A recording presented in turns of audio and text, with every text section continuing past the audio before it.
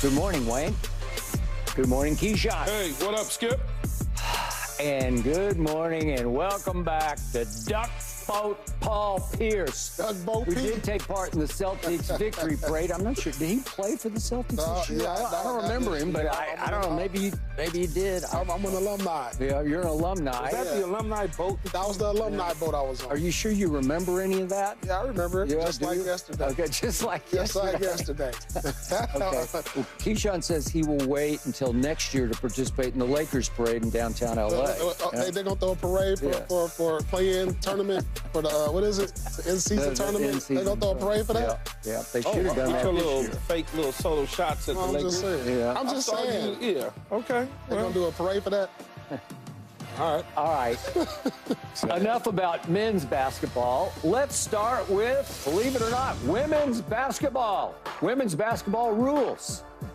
What a game yesterday by Angel Reese. 25 points and 16 rebounds as the Chicago Sky at home beat Caitlin Clark's Fever for the first time after losing the first two this season at Indiana. Sky 88, Fever 87. I got the Fever, man. Paul, your biggest takeaway from this game? I just think after this game, Skip and Key, you got to start putting Angel Reese in the Rookie of the Year race. I buy that. In the Rookie of the Year race. I mean, I'm all the way in on this rivalry. And it just seems like Angel plays with an extra intensity when she's going against Caitlin. But, you know, I've watched it this year. I watched these two match up. You know, they don't necessarily play against one another, but it's a little more oomph to Angel Reese when she's playing against Caitlin. You can see it in her performance last night.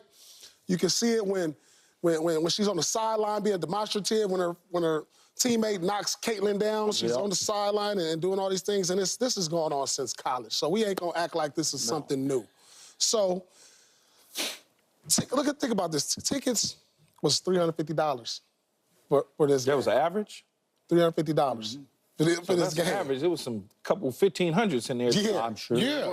Yeah. For the women's game, which is unprecedented. So I love what I'm seeing from this. And we're going to talk about this later, but the USA really dropped the ball on not having these two in the Olympics. They dropped the ball, but we're going to talk about that later. 8 straight double-doubles for Angel Reese. The Rookie of the Year race is closer than everybody's talking because check this out. We watched a game with two teams that they may not even make the playoffs. They may not. They're both under 500, but this probably was the most watched game. That's like, think Caitlin's about team that. is 7-11, Angel's is 6-9. 6-9. Yep. Think about that. That's like if we watch the Charlotte Hornets versus Portland Trailblazers in the NBA. You know, the two teams that's not playing very well. And this probably was the most watched game. I mean, what Angel is doing, what Caitlin is doing, captivating the crowds. You know, this is something that's going to go on for a long time between these two. 15, 16 rebounds. What was it? 15, 16 rebounds from a rookie, 8 straight double-doubles.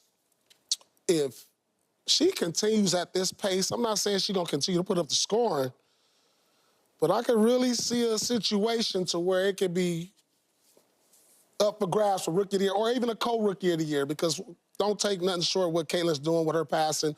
I mean, she probably should have had 20 assists last night. I mean, some of those drop passes she was throwing, so I love what I'm seeing. I'm captivated. I wish these two could have been on the USA team, but we'll get to that. All right. I mean, I was very impressed with the game last night, especially with the Sky being down, coming all the way back, pulling out the win. Well, look, this was Angel Reese's coming out party, in my opinion, and viewing it as a WNBA player. 25-16, efficient 8.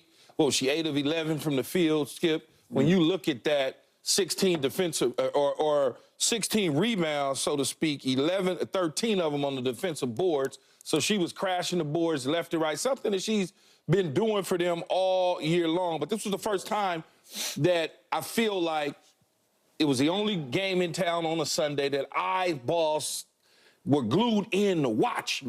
She's had some double-doubles, right? This was the 8th, so she's had 7. But this one was on a stage with 25 points that everybody saw and was like, this wasn't a 10-10 game. It was a 25 and a 16. The outcome, the effect, the dominating down low, just wasn't any three-pointers. It wasn't any jumpers, any mid-range. Everything was in that little blue box right there. Well, she just got the ball. They gave it to her. She did what she wanted to do. Now you start talking about Rookie of the Year. Yeah, shoot. Caitlin has the momentum already. It was built up when she got drafted and came into the league.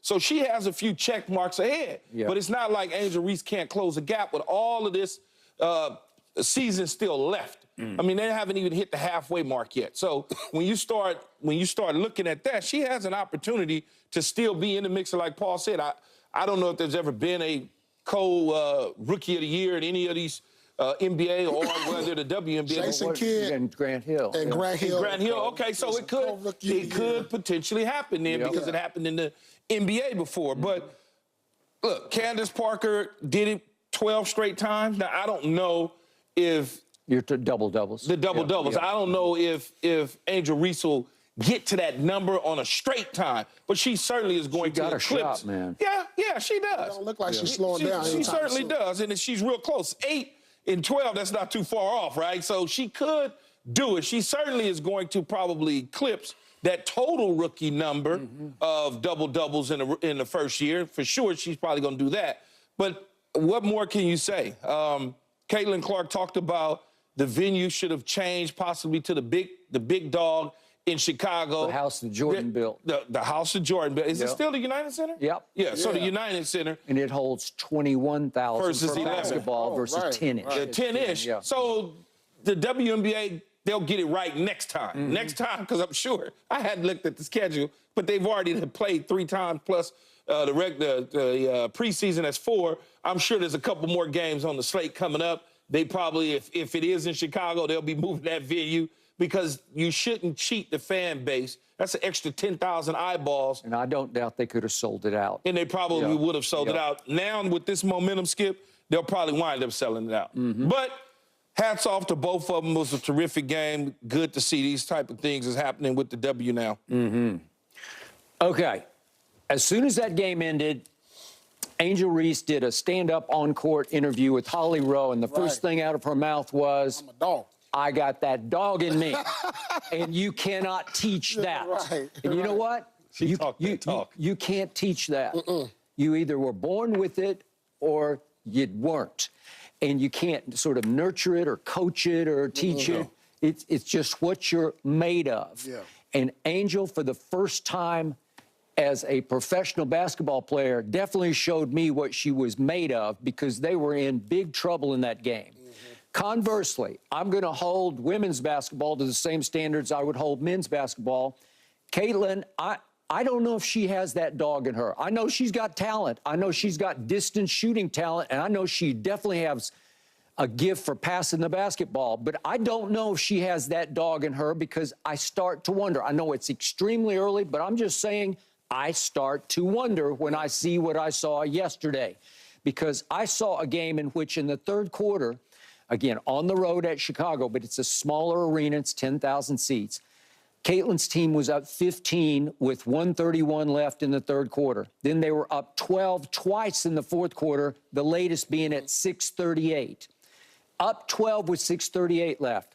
If you have that dog in you, if you are her or she, you get it home, man. Even away from home, you just figure out how to get that game home. And down the stretch for the last 6:38 of that game, I saw Angel Reese score 10 points with 5 boards.